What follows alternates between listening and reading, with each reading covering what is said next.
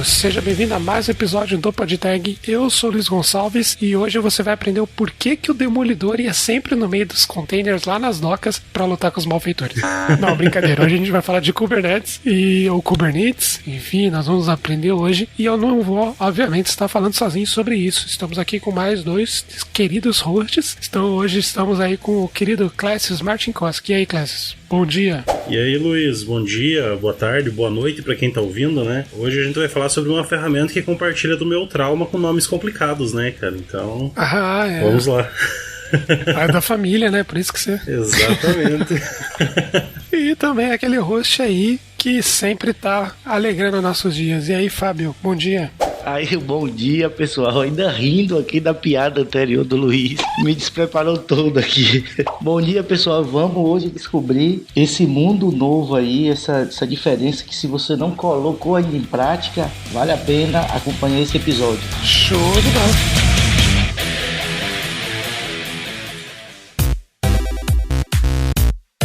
Antes do episódio, recados rápidos. Primeiro, entre em nossa comunidade no Discord. Lá falamos não só de tecnologia, mas também de séries, games, tristezas e alegrias da vida. Para entrar, acesse o site do podtag.com.br e clique no botão Comunidade lá no menu. Não se esqueça que o PodTag é um podcast apoiado pela Impulso Network, a plataforma e comunidade de tecnologia que mais cresce no Brasil. E tem novidades legais chegando para essa semana, né, Ana?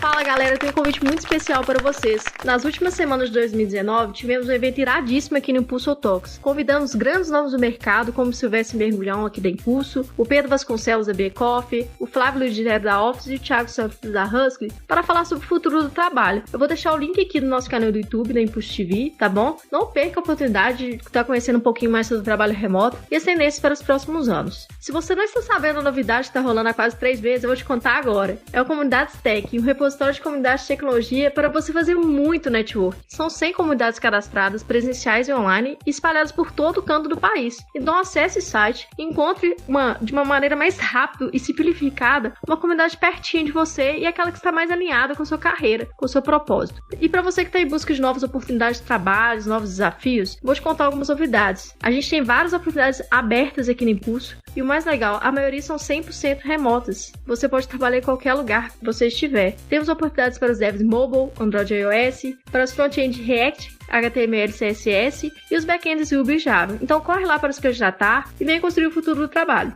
Então, acesse a comunidade pelo link na descrição e junte-se a mais de 20 mil pessoas interessadas em tecnologia.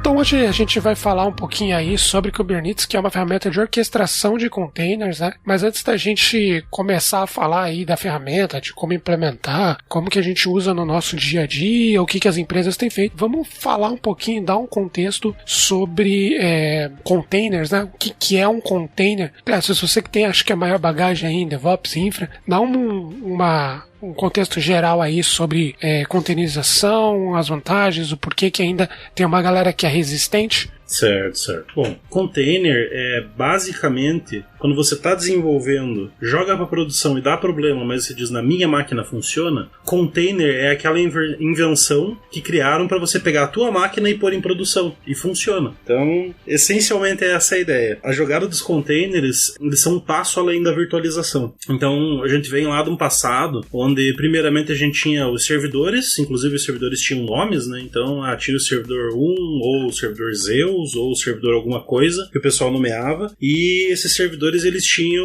a aplicação rodava diretamente neles, diretamente sobre o sistema operacional do servidor. O que acontece é que isso começou a não atender muito bem o dinamismo necessário. Então você tinha, por exemplo, um servidor muito grande no teu rack lá e você tinha várias aplicações rodando e uma influenciava a outra, uma consumia espaço em disco e travava a outra, uma dava pico de processamento e deixava a outra sem responder, e foi necessário começar a pensar pensar em isolamento por aplicação. E aí veio a virtualização. A virtualização é uma forma de você colocar um sistema operacional rodando dentro de um sistema operacional. Então você conseguia criar máquinas virtuais que elas simulavam um host real com certos limites, inclusive com sistemas operacionais diferentes daquele que o host estava rodando.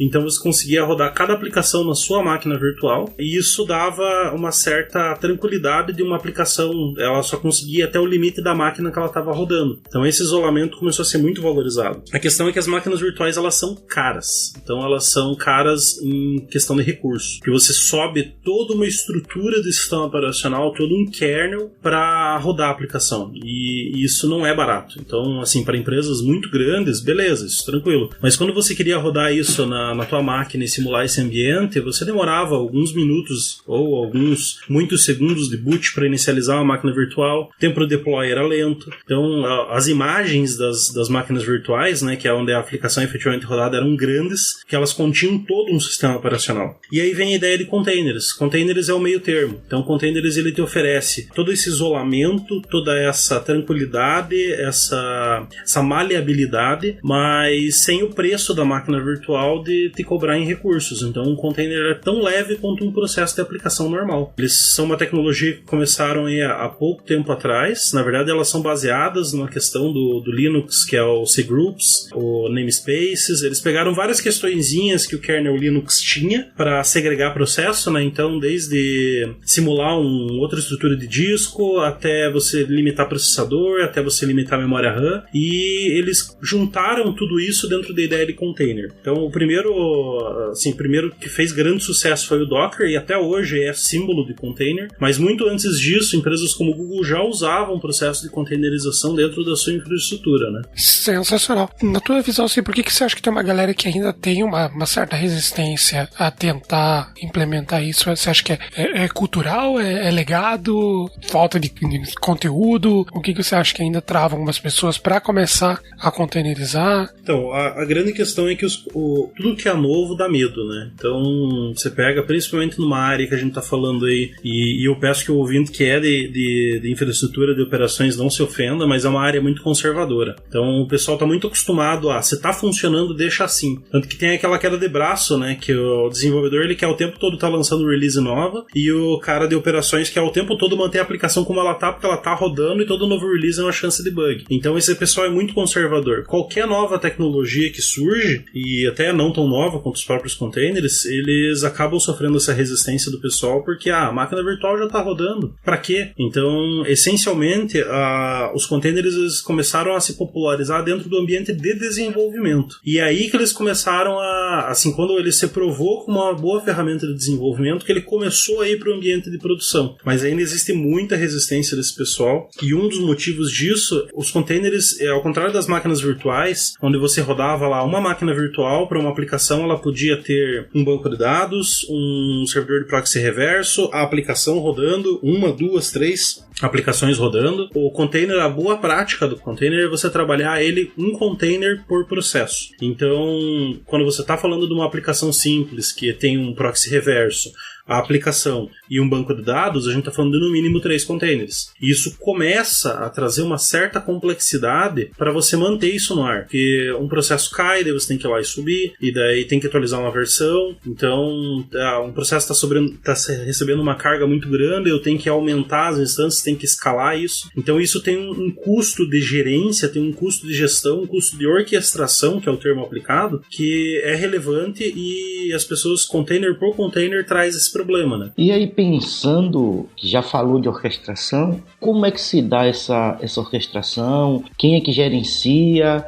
Como é que funciona necessariamente essa orquestração? Então, a orquestração de containers, ela é basicamente isso que eu acabei de falar, que são as dificuldades, é o que um software de orquestração traz. Então, olhando para esse ambiente onde os containers começaram a subir para a produção, e dentro de um cenário onde muitas grandes empresas começaram a adotar o modelo de microserviços, então nós temos containers a rodo. A gente fala aí, por exemplo, de um Google que sobe 2 bilhões de containers por semana, novos containers, né? né? Então, aí fica inviável você gerenciar isso na mão. E a orquestração entra como a grande questão para tornar humanamente possível gerenciar isso. São softwares que são especializados em orquestrar os containers dos nossos softwares. E aí tem inclusive um período, um ponto no tempo anterior, que existiam várias ferramentas de orquestração e todas elas tinham um market share igual. Então aí a gente está falando de Apache Mesos, que é uma ferramenta complexa, mas robusta. A gente está falando do Docker Swarm, que foi uma iniciativa da própria Docker, olhando para a popularidade do produto deles, de tentar fornecer uma solução de orquestração. A gente está falando também de orquestração de cloud providers, como o Amazon ECS, que é o container service deles. Tem, não voltado para containers, mas você tem estruturas semelhantes também na Heroku, são os PaaS, né? O OpenShift também teve um tempo de containers. Então essas ferramentas, elas surgiram no momento onde a orquestração se tornou uma grande demanda, e todas elas se popularizaram meio que ao mesmo tempo, com uma diferença de alguns meses entre uma e outra. Mas a grande questão é que esse cenário mudou. Então hoje, a nível de orquestração, a gente tem uma grande verdade, que Kubernetes é essencialmente a maior e mais usada ferramenta de orquestração do mundo, e ela só tem crescido. E aí entra uma questão interessante, porque inclusive tem a afirmação de que o Kubernetes é o novo Linux, né? Então ele é uma plataforma onde as grandes aplicações de nuvem, as grandes aplicações corporativas são construídas para rodar. Ele vai se tornar basicamente a estrutura fundamental para a criação de qualquer aplicação que queira funcionar em nuvem, né? Até compartilhando uma gafe que eu cometi antes na gravação, né? Que eu comentei que o Kubernetes, ele é mantido pela Amazon, né? Eu falei, foi criado pela Amazon. Daí o Clécius me corrigiu, não foi. Então, se você puder dar um contexto um pouco aí na parte do negócio, né? Na parte do business, quem tem mantido, que organizações têm utilizado aí as ferramentas de Kubernetes, né? Dá um contexto de mercado também, se for possível. Certo. Não, legal. O Kubernetes, ele surgiu como uma ferramenta que nasceu dentro do Google. Então, o Kubernetes, ele é criado e até hoje é mantido em boa parte pelo Google. A questão é que eles tinham uma ferramenta de gerenciamento de containers, porque eles já trabalham com estrutura de containerização muito antes de ser uma palavra da moda. E eles têm um sistema de orquestração de container interno deles, de código fechado, chamado Borg. Esse sistema de orquestração deles já passou por várias mudanças, evoluções, e quando eles viram essa popularização do sistema de containers, e até como uma jogada comercial para também tentar dar um diferencial significativo para o sistema de plataforma de nuvem deles, eles acabaram optando por reescrever esse Borg como uma ferramenta open source disponível para a comunidade. Então aí surgiu o Kubernetes. No Kubernetes, ele é basicamente o Borg, que é as ferramentas que o Google usa até hoje dentro da estrutura deles, que nasceu do zero, com todas as lições aprendidas que foram aplicadas sobre o Borg.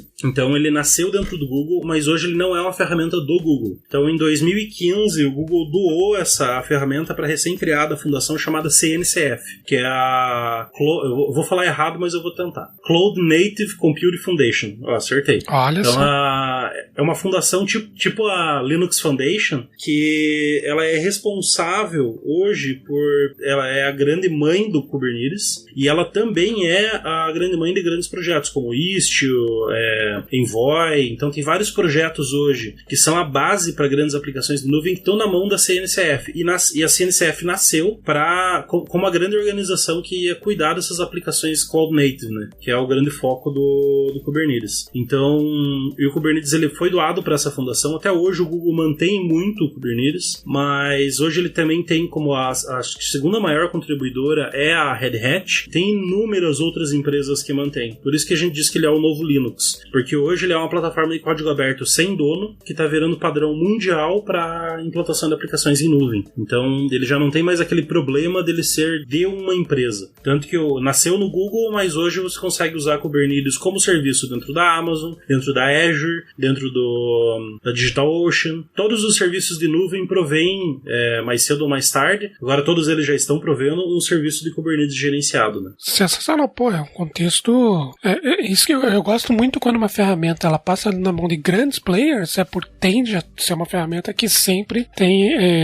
primeiro tem uma baita visibilidade no mercado, né? Mas sempre passa por um refinamento muito legal aí, então isso é uma grande vantagem, né? Sim. Trazendo mais um pouquinho ainda sobre orquestração, especificamente, né? O que a pessoa precisa entender de contexto contexto antes dela começar a implementar o Kubernetes de fato. Tem mais uma coisa que você vê assim, tipo, putz, a pessoa precisa ter um contexto de uma ferramenta específica, ou de um modelo específico de pensamento, ou de uma cultura específica para começar a usar o Kubernetes, a ferramenta, né, Kubernetes especificamente frente aos concorrentes ou não? Então, o Kubernetes ele é uma ferramenta que orquestra containers. E sendo dessa forma, para o desenvolvedor, o Kubernetes é transparente. Então é importante você saber que a tua aplicação vai rodar dentro de um Kubernetes, mas isso não influencia o teu desenvolvimento. O que influencia são as boas práticas de se trabalhar com containers, e esses conceitos são essenciais. Então aí a gente está falando, por exemplo, containers são efêmeros. Isso é muito importante. Eu conheço casos, e provavelmente o ouvinte também conhece, de pessoas que subiram uma aplicação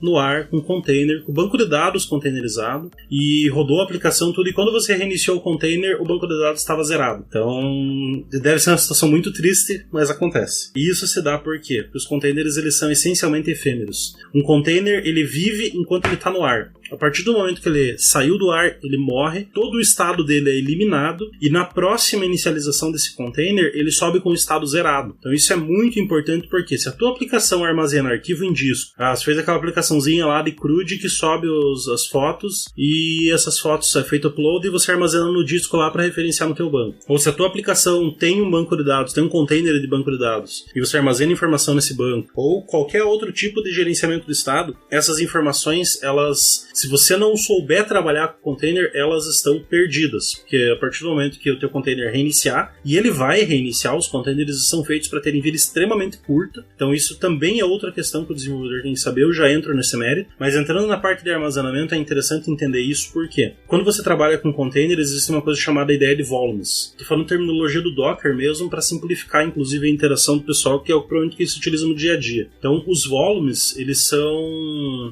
uma forma de você tornar persistente uma alteração dentro do container. Então eu tenho a minha aplicação, ela grava dentro do diretório /data. Tudo que eu gravar dentro do meu diretório /data vai ser perdido quando o container reiniciar. Mas eu posso, no momento de inicialização do container, quando eu estou configurando ele para subir, seja na linha de comando do Docker ou no arquivo YAML do Kubernetes, que eu já entro no mérito do que é o arquivo YAML, eu posso referenciar que agora a pasta /data está atrelada a um volume. Então toda vez que eu reiniciar, o volume persiste entre reinícios e o dado não é perdido. Isso requer muita atenção do desenvolvedor. Outra questão também é a respeito da própria questão da vida curta do container. Então se você tem uma aplicação que demora 5 minutos para inicializar, ela provavelmente não está otimizada para rodar dentro de um container. Porque isso que eu estou falando do meu mundo lá, das aplicações Java, né? A gente tinha grandes servidores de aplicação que inicializavam, demoravam aí 10, 15 minutos para inicializar. O problema é que assim, o Kubernetes ele está orquestrando. Então, digamos assim, eu tenho 2 nós, tenho 2 servidores. A nomenclatura do Kubernetes para servidor é nó. Então eu tenho 2 nós e o meu container está rodando em algum lugar dentro desses 2 servidores. Acontece que, de repente, eu tive uma sobrecarga de infraestrutura, então muita requisição, e o Kubernetes ele vai escalar isso automaticamente, né? É legal que no Kubernetes tudo funciona dessa forma. Então ele vai fazer essa escala, e ele vai criar mais nós. Se não tiver espaço para alocar mais container dentro dos nós existentes, ele vai criar mais nós para alocar mais containers e fazer o balanceamento de carga. Entendi. E quando isso reduzir, quando essa carga diminuir, ele vai diminuir os nós de novo. Quando isso acontece, a tua aplicação, primeiro, quando ela escala, ele cria novos containers. Se você demorar 15 minutos para inicializar cada container, provavelmente você já passou o tempo do teu pico de carga. Então os containers têm que inicializar rápido. E eles têm que morrer rápido. Isso também é importante, porque a partir do momento que a tua infraestrutura deixou de receber aquela sobrecarga, você vai reduzir o tamanho dela, o teu container tem que ter essa morte rápida para ele poder liberar os recursos logo, para ele poder sobreviver. Então o tempo de boot se torna relevante, né? E a questão de custo também, né? Exatamente. Já cansei de ouvir gente falando assim, né? Que tipo, pô, chega num momento de pico, não configurou direito, subiu, a aplicação começou a escalar, aí beleza, passou o momento de pico, tá lá agora você com uma super potência pagando não sei quantos centenas de dólares, mas você não tem mais a necessidade, né? Foi tipo, sei lá, uma Black Friday da vida, né? Que no momento você precisou de uma escala muito grande ali, né? Sim, exatamente. E a aplicação ela tem que ser projetada para isso. E aí eu entro num outro conceito também, que até eu esqueci de pôr na pauta, mas eu acho muito interessante contextualizar pro ouvinte. Um manifesto que foi criado pelo pessoal da Heroku ainda, e foi validado por inúmeras outras empresas, chamado 12 Factors, 12 fatores. O link vai estar na descrição aí, pessoal. Isso pra mim é a bíblia de quem trabalha com aplicações voltadas para cloud. Então, esse 12 Factor, ele te dá um norte de como a tua aplicação tem que ser desenvolvida para que ela consiga rodar dentro do ambiente de nuvem. Consequentemente, seguindo isso, você já vai estar adequado para rodar dentro de um container e também já vai estar adequado para rodar num sistema de orquestração como o Kubernetes. Então, é muito importante que, no momento do desenvolvimento da aplicação, atente-se para esses 12 fatores.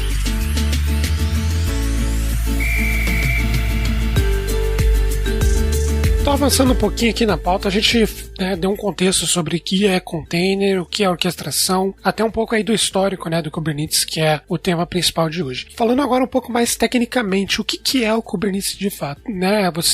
Você comentou algumas ferramentas semelhantes, alguns concorrentes, deu um contexto aí por que é legal usar, mas qual que é a parada, assim, o que é o Kubernetes? Legal. O Kubernetes hoje, ele é basicamente o que a gente chama de middleware, então ele é aquele meio de campo para qualquer aplicação em nuvem que queira rodar isso de forma escalável. Então, vamos lá. Por que isso é importante? Primeiro, ele é uma estrutura que te permite trabalhar em ambiente multi-cloud. Então, como ele tem essa abstração de nós, o Kubernetes ele é basicamente um grande conjunto de abstrações. Ele tem, por exemplo, a abstração de nó. Então, você pode ter um nó dentro do teu cluster Kubernetes, que está rodando dentro do Google. Você pode ter outro que está rodando dentro da Amazon, outro que está rodando dentro do Azure, e mais um que está rodando dentro do teu ambiente de produção legado, dentro da empresa, ou dentro do ambiente bare metal que você precisa de disponibilidade, mas que, essencialmente, ele consegue balancear e tornar transparente aonde a tua aplicação está rodando. Ele consegue criar toda uma estrutura de isolamento de rede entre essas aplicações, então você consegue definir o que é tráfego intra-cluster. Então, por exemplo, a minha aplicação comunicando com o meu banco de dados. Então, tudo que for intra-cluster eu consigo gerenciar, e eu também consigo gerenciar o tráfego extra-cluster. Então, chegou uma requisição dentro do meu IP do Google, essa requisição ela interage com o container que está no Google, isso manda uma message para um container que está rodando na Amazon, e também loga dentro do meu container que está rodando dentro da minha infraestrutura bare metal.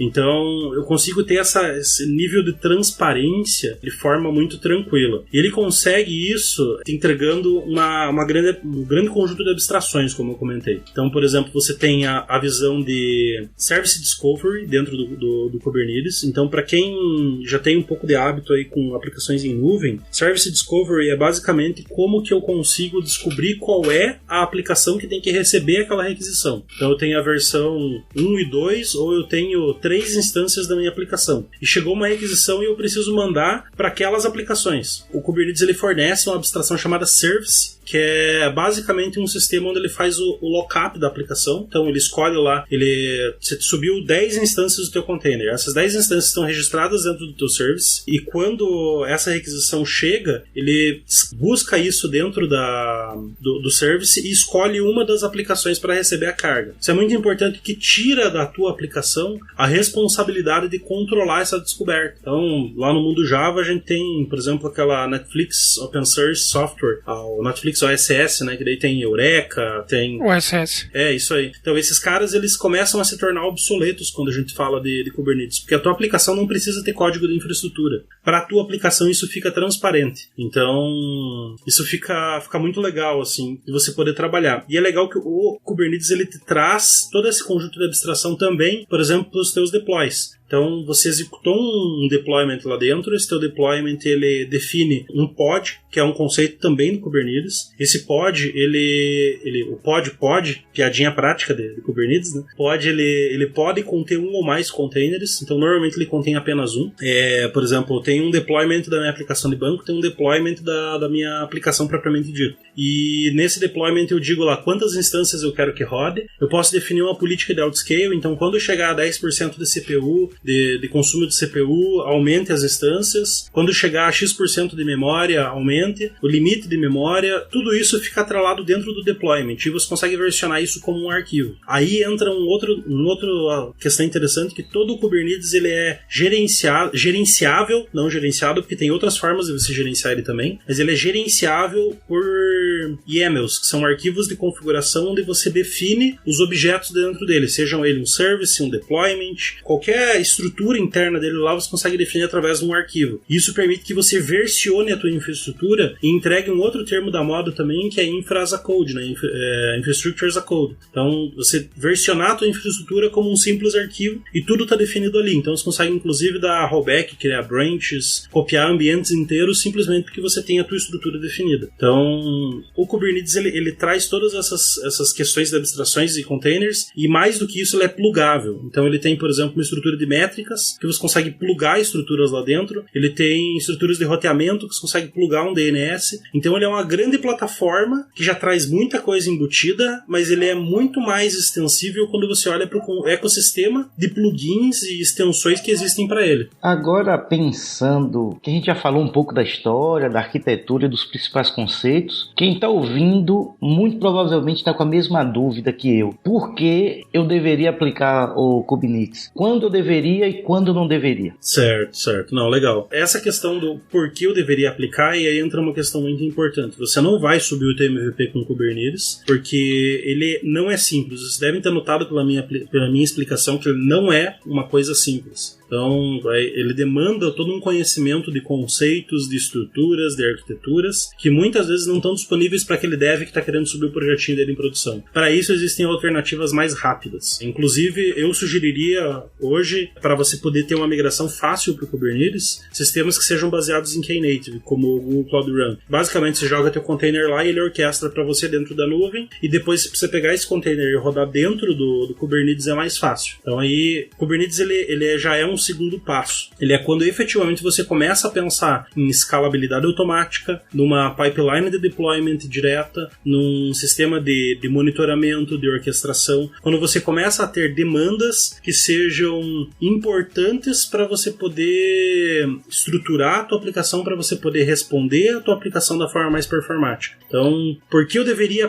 usar o Kubernetes? Porque eu tenho um problema que ele resolve. Se você não tem um problema que ele resolve ainda, então olha para ele de uma forma meramente acadêmica e deixa para quando ele efetivamente começar a te incomodar. Você comentou, não é uma aplicação para quem tá querendo fazer uma aplicação pequenininha ali, não é a solução perfeita, né? Para quem precisa, escala, pensar em monitoramento, pensar em, enfim, né? Para aplicações um pouco maiores que exigem um pouco mais de controle, certo? Sim. Mas o contexto que a gente veio falando antes, de você já pensar em containerização, talvez até desenhar, né? Pensando, lá na frente eu posso acabar escalando isso. Você acha que é legal desde o começo já pensar nisso daí? Ou é tranquilo, não tranquilo, né? Mas é mais interessante se você lá na frente, na hora que você sentir que vai ter escala, que vai precisar, né? A ideia de um MVP e pensando num sistema que um dia vai ter na entrada de produção de fato e tem escala. Você acha que dá conta, a pessoa consegue implementar lá na frente depois? Ou desde o começo é legal ela já pensar nisso? Então, a preocupação com essa estrutura de conceito eu acho que é importante desde a base. Então, como eu disse, é uma questão de você atentar lá para os 12 fatores, de você atentar para a tua aplicação ela ser stateless. Então, você começar a pensar nessas questões desde o princípio, eles te aliviam uma dor de cabeça enorme quando você precisar migrar para qualquer plataforma de orquestração. E é importante também você evitar atalhos, e aqui eu posso estar dando uma visão polêmica, mas eu tenho sérias questões com o lock-in. Então, por exemplo, eu quero começar a trabalhar com aplicações e precisei escalar. Vou para um ECS. O ECS é uma estrutura proprietária da Amazon. Eu sei que a Azure tem também, o Google tem o App Engine, se eu não me engano, que são PaaS que te entregam todo um sistema de orquestração a um custo mais baixo ou de uma forma mais simples, mas eles te cobram um preço de acoplamento. Então a tua aplicação ela começa a ficar acoplada ao teu provedor de nuvem. E aí essa falta de preocupação com o futuro pode te gerar problemas nesse futuro. Então, desde você estar usando alguma API proprietária desses caras e ficar muito difícil você migrar para um Kubernetes depois, ou talvez o fato de você estar rodando isso lá e simplesmente a tua aplicação ela está com o ciclo de vida dela muito atrelado, muito acoplado a toda a infraestrutura desse provedor. Então, a grande questão é, se você realmente quer ter uma aplicação que você tenha maleabilidade, independência de poder migrar de provedor de nuvem, que ninguém sabe como vai ser o futuro, ninguém sabe se Jeff Bezos vai acordar um dia de mau humor e vai duplicar o preço da Amazon, né? E quebrar meio mundo.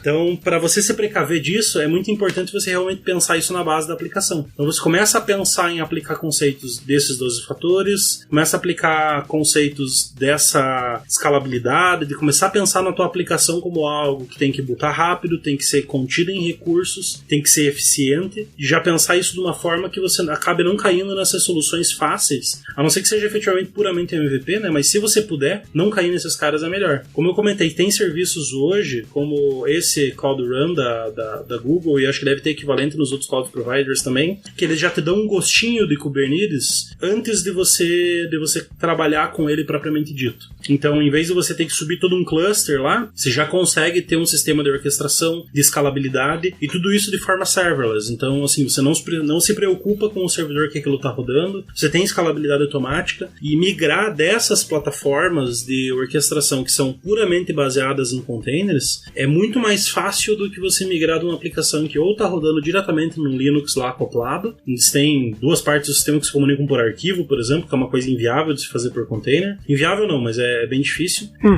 Ou você sair de uma solução proprietária de algum tipo de orquestração e acabar migrando para um Kubernetes. Então, realmente, você não precisa usar o Kubernetes agora, mas pensar que você pode vir a precisar dele no futuro é uma decisão bem sábia se fazer no começo da aplicação. Show de bola. E nos casos, pensando num cenário diferente, tá, eu tenho uma aplicação legal, a gente até faz algum tipo de monitoramento, mas ainda não está usando, né, Kubernetes. Você vê que é muito complexo de você conseguir adaptar a tua aplicação para isso. Você comentou, né, no começo, né, do episódio, que você não precisa mexer na aplicação para usar Kubernetes, né? A ideia é justamente você conseguir abstrair isso, né? Isso. Mas você vê que existe algum empecilho de você conseguir migrar de uma forma mais tranquila para uma aplicação em Kubernetes, ou demanda algum esforço ainda aí que o ouvinte precisa estar atento? Não, na verdade, uma vez que você siga todas essas premissas, por exemplo, os 12 fatores, que você pensa na tua aplicação como algo efêmero, como algo que o disco não vai estar ali o tempo todo disponível e que ela tenha essa inicialização rápida, é muito fácil de você jogar isso para um cluster do Kubernetes. Essa é a beleza dos containers, né? Você tem toda uma simplicidade para você poder tirar a tua aplicação de um lugar e jogar para o outro. Agora, se a tua aplicação, por exemplo, a guarda-sessão, muito comum do pessoal que trabalha com aplicação web, ela tem uma aplicação, ela guarda a sessão. Se ela guarda a sessão, você já tem um problema, porque sessão é um tipo de estado, um estado mantido em memória. Se a tua aplicação ela pode morrer e ressuscitar várias vezes dentro do cluster, então isso significa que você vai estar perdendo esse estado constantemente, e isso vai impactar no uso do teu usuário. Então tem soluções para isso, como você trabalhar lá.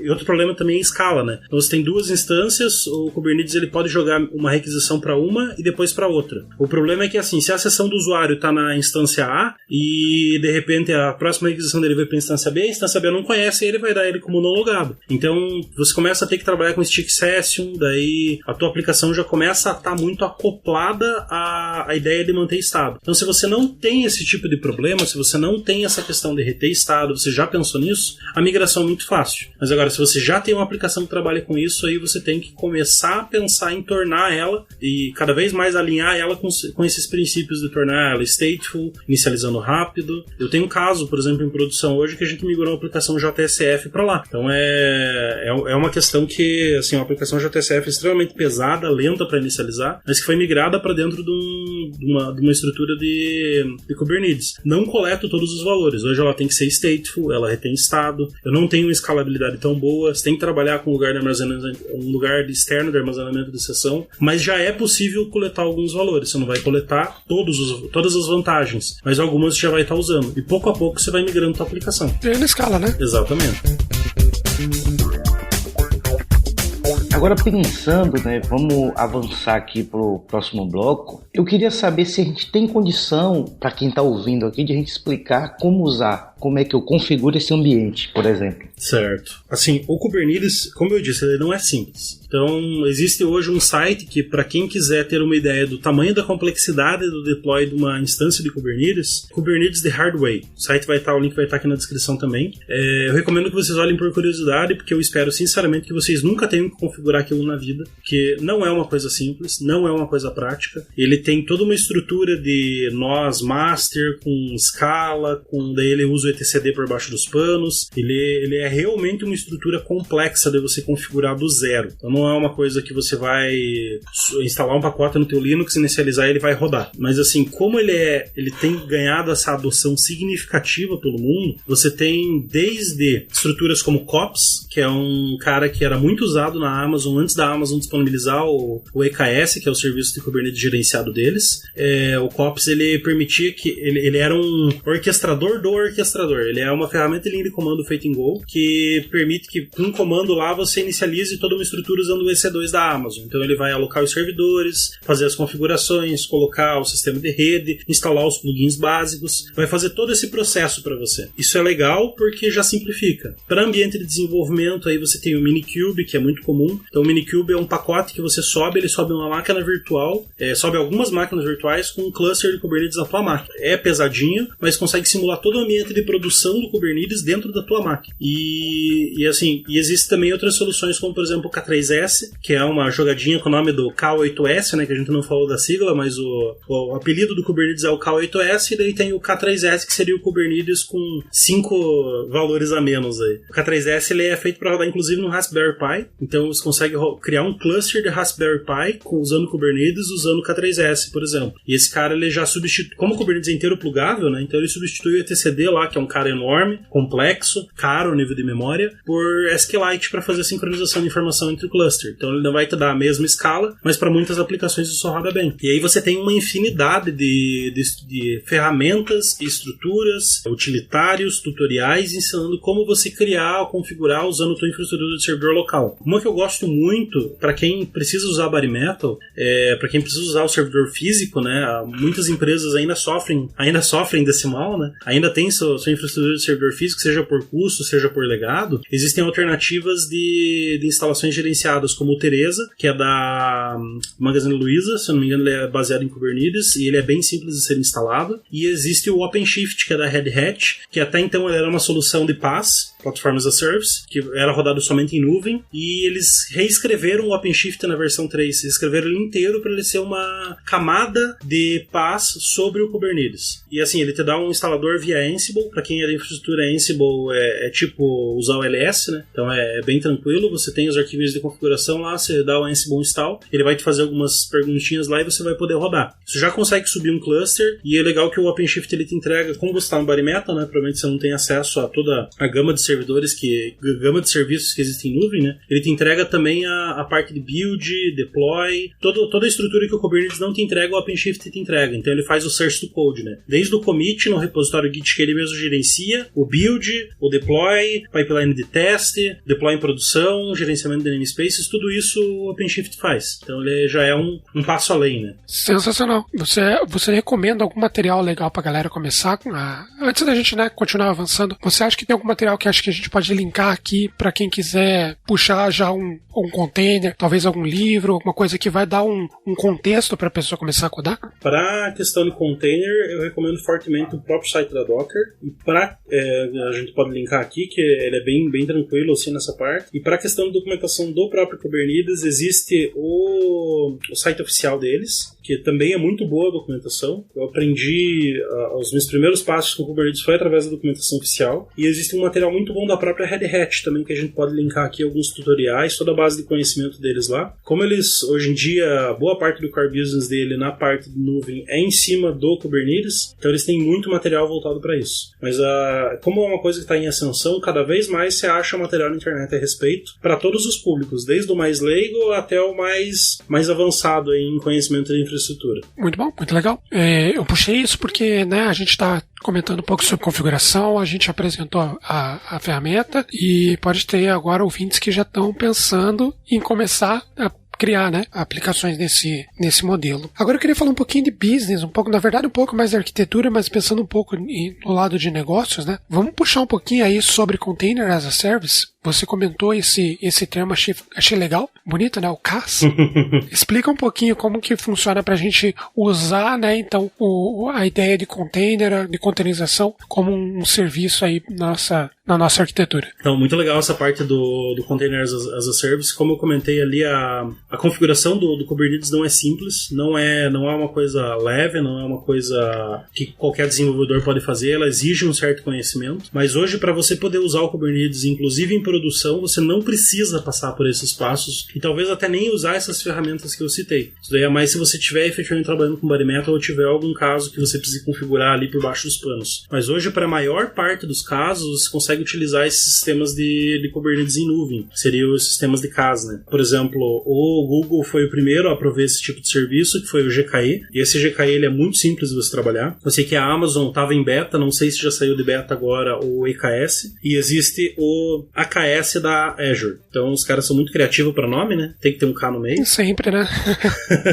Mas, assim, dentro da sopa da letrinha, que é o nosso mundo de nuvem, né? O Kubernetes entra com mais uma questão aí. E é legal porque, assim, esse pessoal, eles te entregam, ao contrário de você pegar, por exemplo, o COPS, que eu comentei, e você subir a tua infraestrutura no EC2 da Amazon. EC2, para quem não tem tanta vivência com nuvem, é uma plataforma de IaaS, né? Infrastructure as a Service. Então, a infraestrutura, os níveis de nuvem, né? Infrastructure, Platform e Application as a Service. O container, ele entra entre o Infrastructure e o Platform. Então, ele não é um Platform, porque ele não te entrega toda uma gestão completa, mas ele também não é puramente Infrastructure. Então, ele já te entrega um nível de orquestração. Então, ele é uma sigla nova que está surgindo aí. Voltando à questão do COPS ali, então, mais simples do que você subir dentro do EC2 usando o COPS é você pegar um serviço desses, porque ele é, além de tudo, mais barato. Se você pega a tua estrutura você está subindo lá um COPS dentro do EC2, você vai precisar subir toda uma gama de nós master, que são os nós que gerenciam. O ideal é que esses caras sejam no mínimo 3, eles têm que ter um número mínimo de memória, e quando você começa a colocar todos esses mínimos na ponta do lápis, eles começam a ficar caros para você gerenciar. E quando você fala de serviços como GKE, EKS ou AKS, eles te entregam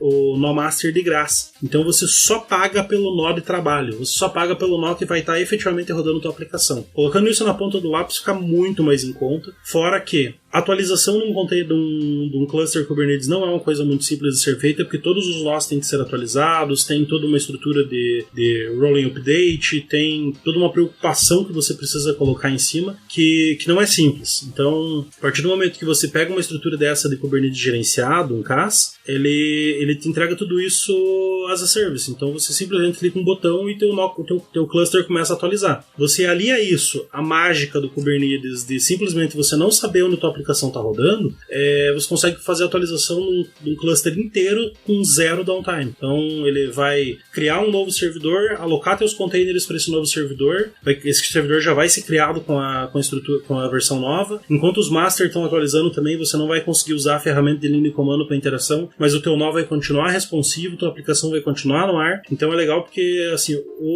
os Kubernetes gerenciados, eles te auxiliam muito a você conseguir entregar o uptime máximo para o teu usuário. Então já evitam muito tua dor de cabeça de ter que controlar isso. Pô, me parece, né? Falando como leigo aqui, né? Eu não tenho conhecimento muito de infra, mas me parece muito legal quando você consegue abstrair isso para uma aplicação que vai controlar para você, porque daí na tua aplicação você vai se concentrar mesmo no código da sua aplicação e você tem todo um serviço que vai controlar a forma como o comportamento automatizado acontece. Então, eu não sei se eu pesquei, mas é mais ou menos essa a ideia, né? Do container. Exatamente. É básico você conseguir dar a liberdade pro EKS, supondo, né? Pegar o EKS que você citou como exemplo, para ele controlar para você a escalabilidade ou a redução da quantidade de containers, onde você tem uma visibilidade disso acontecendo, mas ao mesmo tempo você não precisa ficar lá controlando, porque a própria aplicação já escala para você. E a mágica legal disso é que, por exemplo, você pega lá, eu preciso eu rodo banco de dados dentro do meu cluster, né?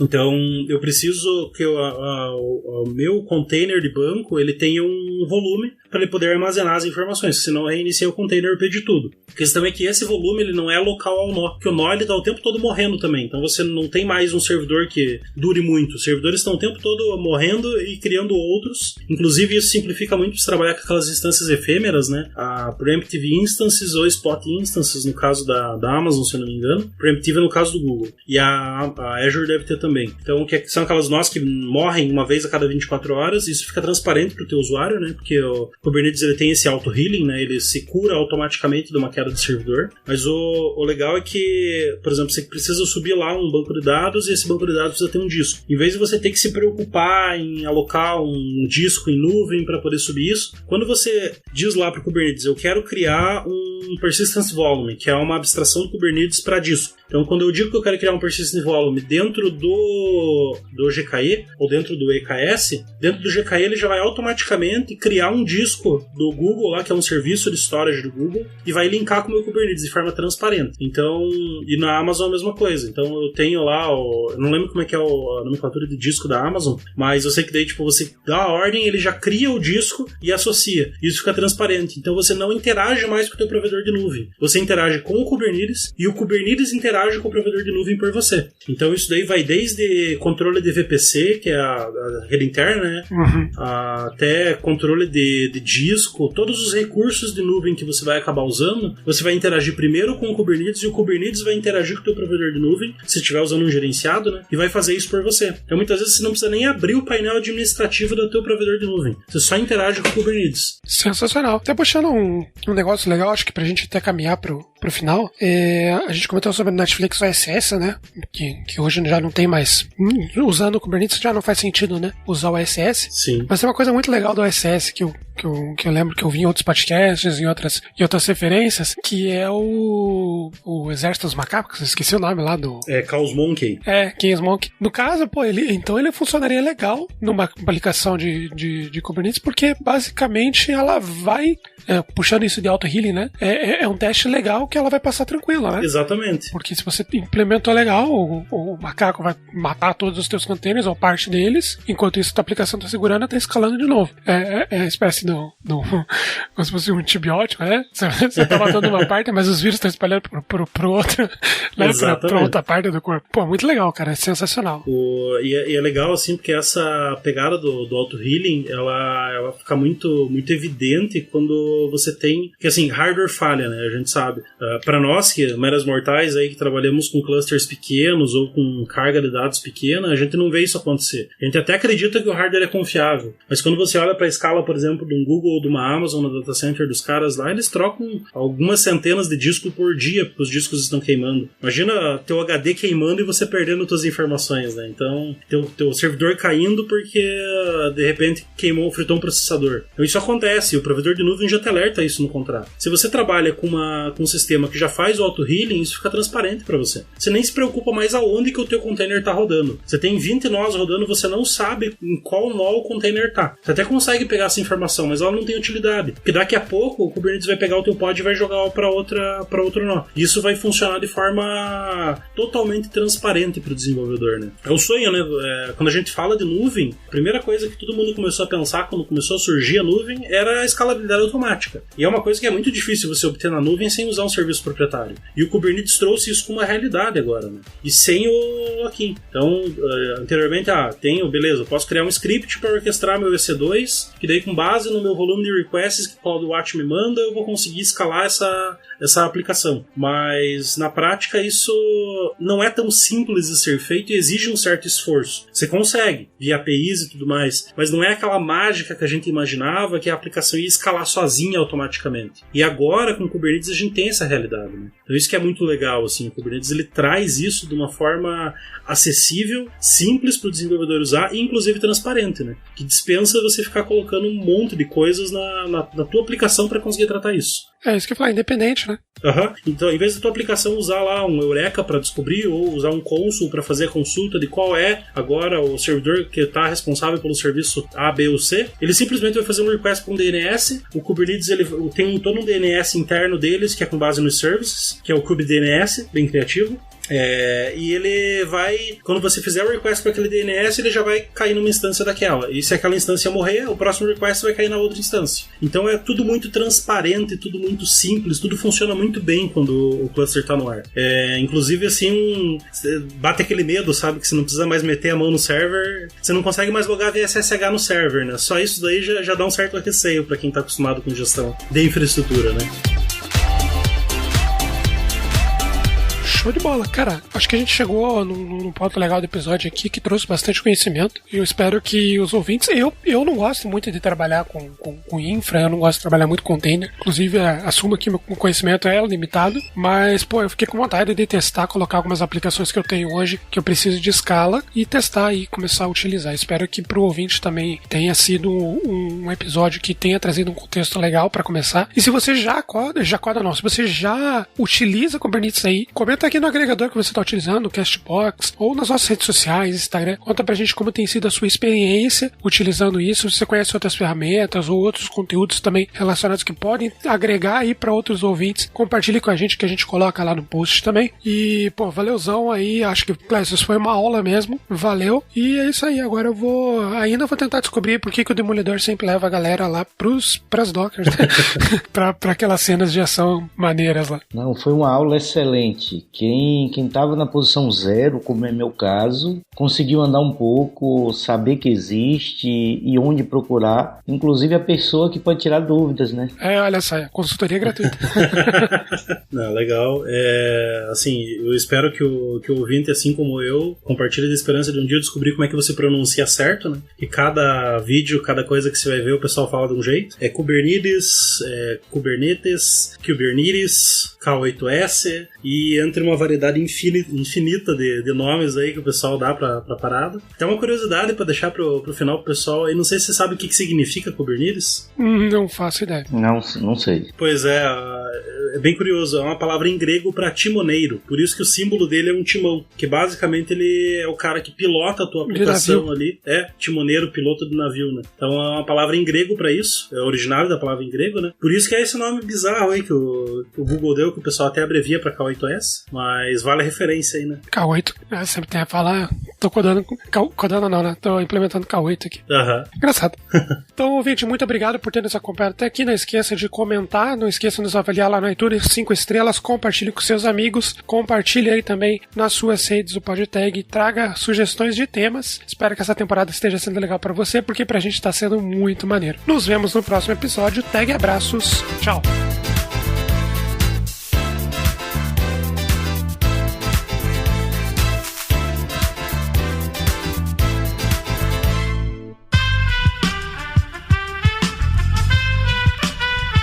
Este podcast foi editado por Aerolitos Edição Inteligente.